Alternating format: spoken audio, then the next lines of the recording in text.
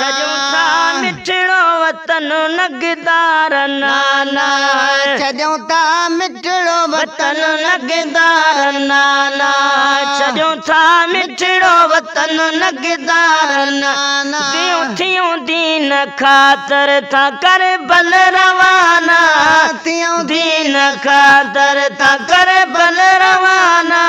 छॾियूं था मिठड़ो वतन नगदार नाना छॾियूं था मिठड़ो वतन नगदार नाना असांजो अल्लाह ते पको भरवसो असांजो अल्लाह ते पको भरवसो असांजो अल्लाह ते पको भरवसो मदद कंदो मौला मालिक मिठो मदद कंदो मौला मालिक मिठो छॾियूं था मिठड़ो वतन नगदार नाना छॾियूं था मिठड़ो वतन नगदार नाना बेदीन जी बैत कॾहिं कोन कंदासीं बेदीन जी बैत कॾहिं कोन कंदासीं अल्लाह अकबर नारो हणंदासीं अल्लाह अकबर नारो हणंदासीं ओ छॾियूं था मिठड़ो वतन नगदार नाना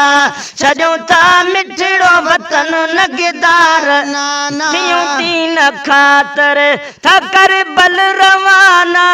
थियूं दीन ख़ातिर था कर बल रवाना छॾियूं था मिठड़ो वतन नगदार नाना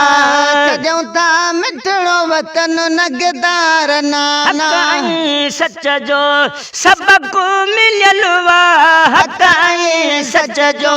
सबक मिलियल वा तक़दीर में जे ईअं ई लिखियल वा तक़दीर में ईअं ई लिखियल वा छॾियूं था मिठड़ो वतन नगदार नाना छॾियूं था मिठड़ो वतन नगदार नाना जेको साम्हूं आयो सिर ते वसाइबो जेको साम्हूं आयो सिर ते वसाइबो जेको साम्हूं आयो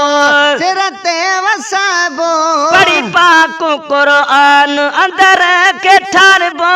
पढ़ी पाक क़ुरान अंदर के ठारबो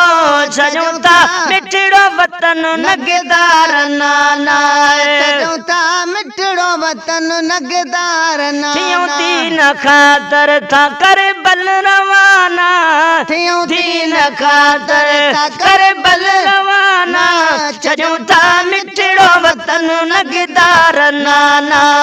छॾियूं था मिठड़ो वतन नगदार नाना नान जी उम्मत हुसैन खे प्यारी वो नान जी उम्मत हुसैन खे प्यारी नान जी उम्मत हुसैन खे प्यारी गुलाम सरवर कयूं कुर्बदारी गुलाम सरवर कयूं कुर्बदारी छॾियूं था मिठड़ो वतन नगदार नाना छॾियूं था मिठड़ो वतन नगदार थियूं नाना थियूं दीन ख़ातिर था कर बल रवाना थियूं दीन ख़ातिर था कर बल रवाना छॾियूं था मिठड़ो वतन नगदार नाना छॾियूं था मिठड़ो वतन नगदार नाना